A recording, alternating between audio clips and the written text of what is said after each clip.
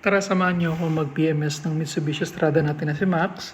Plus, magpo-flushing din tayo and change ng air filters. For our oil, ang gamit natin sa Shell. So, ito pang diesel talaga to. Then, para naman sa flushing oil natin, PTT. I think this is a Thai brand if I'm not mistaken. Then, of course, pang flush natin, Liquimoly. Tapos, 2 pieces na C312 oil filter. So, 2-step kasi yung mangyayari. Then, yung mga need natin for engine oil change, nandyan of course. Jack stands, and also yung jack natin para lang ma-lift. Then, specific na MEF cleaner. Then, also yung air filter natin from Denso. Then, of course, torque wrench natin para torque to spec talaga yung mga engine drain bolts, drain plugs. So, for today, medyo time consuming lang siya pero again, very DIY friendly, very easy to do. Now, let's move to the first step which is yung pag-remove ng skid plate. So, we're removing this one to access the oil filter. So, madali lang naman, 4 bolts lang yan that's holding it together pero need kasi siya for the oil filter. So, let's officially start with our flushing. So, sa Engine Flush Plus, this is actually good, itong 300 ml na to, for 6 liters of engine oil. So, the way you put it is, kailangan warm yung engine oil niya. So, let's warm it up ng konti, at least to, ideally operating temperature. Then, let it cool down for a bit. Then, once na medyo cool down na siya, that's the time that you're gonna put this and let it run for 10 minutes. Then, again, this is actually a good practice to remove them. Let's say you don't know kung ano yung contents nung first na, let's say you're buying a second-hand car, then hindi mo alam yung nilalagay na oil before and you wanna switch to brands. So, it's best to do flushing. Plus, if medyo matanda na yung car mo, let's say 80,000, 100,000 kilometers, it's good to do flushing once in a while. So, to start it, of course, we have to clean the funnel as much as possible lang. May strainer para lang wala talagang debris na makakapasok. Then, ayun, so remove the engine oil cap.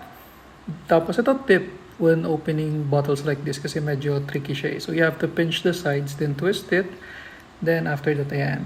May pull tab naman siya, so it's a bit easy open. Pero on some occasions, ayan, medyo matigas kasi. So, again, after running to ng 10 minutes, I let it rest for around 5. Then, ayan, tsaka ko siya ilalagay. So, the whole content na talaga is in the whole 300. So, after you put the bottle of the engine flush, you turn the engine on, let it run for 10 minutes. Again, this is important kasi kailangan muna niya mag-circulate to remove all of the sludges if there are any, or para lang din talaga to clean it. Then, after that, after 10 minutes, you let it rest for a while. The ideal would be around 30 minutes. Pero in my case, since this is a video, I only did around 15 to 20 minutes of waiting before I drain it out. So, remove the engine cap, then tsaka tayo mag-drain. So, for the drain plug, you need a 17mm wrench. Then here, kaya na-remove yung skid plate to access the oil filter. And so, when you're draining your oil, make sure na nakatapat siya sa drain plug. So, yung sa akin, hindi masyado kaya may konting spill. Then, of course, you remove the oil filter as well. Hindi ko na masyadong na-vid kasi it's a bit messy. Pero, ayan. So, ito yung drain plug niya. Then, we're going to replace it with the oil filter. So, ito yung gagamitin natin na pang flushing oil. I bought 8 liters pero I'm just gonna use roughly around 6.5. Then, imimix ko kasi siya with Liquimoly. So, change, of course, ng filter. Then, you have to put on some oil on the gasket para hindi siya mag-stop. Again, this is just to filter lang din yung sa flushing oil. Then, after that, this is sealed one. So, if you're curious kung anong itsura niya, it's actually clear. So, dito natin kasi makikita talaga ano yung magiging itsura ng oil if the engine flush really does work. So, I put on 1 gallon. Then, roughly around, naglagay pa ako ng extra 2 liters. Then, yan. Lagay ko na yung Liquimoly. So, ideally kasi, nirun ko muna to for a couple of minutes. Roughly around mga 5 minutes lang kasi nga kailangan ng Liquimoly flush na warm yung engine oil. Yan, so again, we put the entire contents of the Liquimoly engine flush. Then again, we have to let it run for another couple of 10 minutes. So medyo napansin nyo, medyo ginabi na kasi of course, every now and then, hinayaan ko na mag-rest muna yung engine. Then after that, here's the big reveal. Yun. So, kita nyo kanina yung engine flush kanina was clear. Tapos ito, even on the oil filter itself, it's black na. So, ganyan kadami or probably yung mga stains inside of the engine. Then after that, we're going to place back the drain plug. So, I have to replace the washer. It's good practice to replace and clean the drain plug itself plus yung washer para mas maganda lang yung seal niya. I prefer copper washers kasi mas malleable, mas maganda yung seal niya. Then, torque it down to spec. So, I'll flash na lang kung ano yung specs niya. So, again, yung brake parts cleaner to clean the drain plug and the other areas no engine. Then, ito, medyo controversial. Some people do this, some people don't. Pero for me, personally, mas prefer ko lang. I put half of it. Then, of course, you have to lube up the gasket. So, half lang kasi when you're returning, sometimes nahulog lang siya. Then, clean first yung area kung saan pumupunta yung oil filter. So, if you've noticed, napansin nyo may mga konting mga oil pa na nag-drip. Then, ayan, kaya half lang kasi sometimes it spills eh. Pero again, some people don't do pre-fills and that's fine. So, ito, of course, yung oil filter would be hand-tight only. Then, ito, clean it yung mga areas na yan para make sure lang na maganda fit yung teeth ng threads. Then, tighten it lang. Pero, ito-torque pa natin yan. Then, when you torque it to spec, make sure you hear the clicks. Yan. So, once you heard the clicks, clean it again para lang wala tayong mga residues ng oil. Then, here's the oil na finlash natin. So, you can see it just wipes off. Pero yung color niya black. And ito naman yung first na pinag-change natin. So, ito yung first na change oil before the flushing oil. So, kita nyo yung difference. So, this one is actually super duper black. After that, we're going to put on the engine oil na. This is Shell Helix HX8 5W30 specifically for diesel kasi yung engine natin may DPF. So, I've put on about 6 liters. Then, minasure ko muna sa isang cup around 500 ml para lang ma-check ko muna. Then, I've let it run for a while. Then, turn it off mga around 10 minutes. Then, check sa dipstick. So, as you can see sa dipstick naman, ano na siya eh.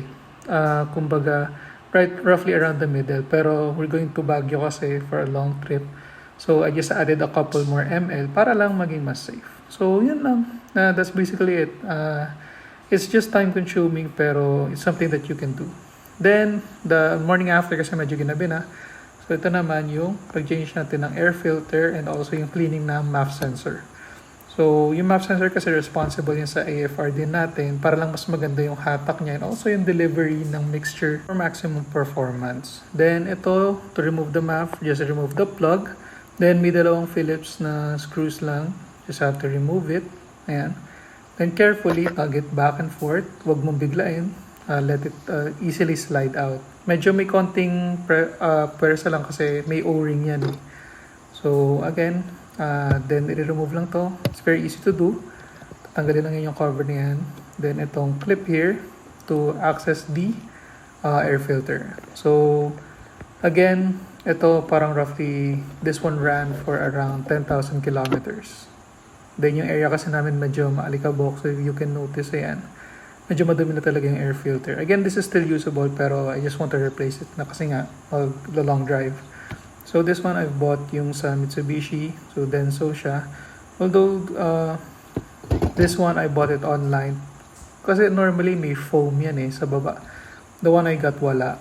Pero personally, I prefer ito. Katulad itong sa Fleet Max na merong foam. I think it's just for better filtration. Pero ayan, you can notice na madumi na talaga yung loob niya. So, this one needs replacement. Pero actually, this one is still usable. Wala pa naman ako notice na any power loss. Pero I just want to replace it talaga para lang complete yung PMS. So it's best to check din talaga yung mga air filter elements kasi ito yung isa sa mga sometimes nagiging cause kung bakit nagka-clog up yung throttle body. So, ang effect kasi nun is less power, less torque. So, better lang dito incorporate it. Then, to put it back together, madali lang naman. Same way how you removed it. Then, put it on the clips. Then ito, sorry guys, hindi ko na video. Pero, yung MAF sensor, you just spray on it dun sa mga sensor areas. Bit by bit. Yung MAF sensor cleaner kasi yun, specific kasi quick dry siya. Then, to put it back, ganoon din. put it back and make sure na it's flush. Talagang nakasit siya properly. Then line up the screws and screw it back together. Then, yun na. Pa-plug mo lang siya. So, yun lang naman. This is best practice lang din talaga to clean the MAF every time na nagpapalit ka din ng air filter. So, yun lang. Thank you.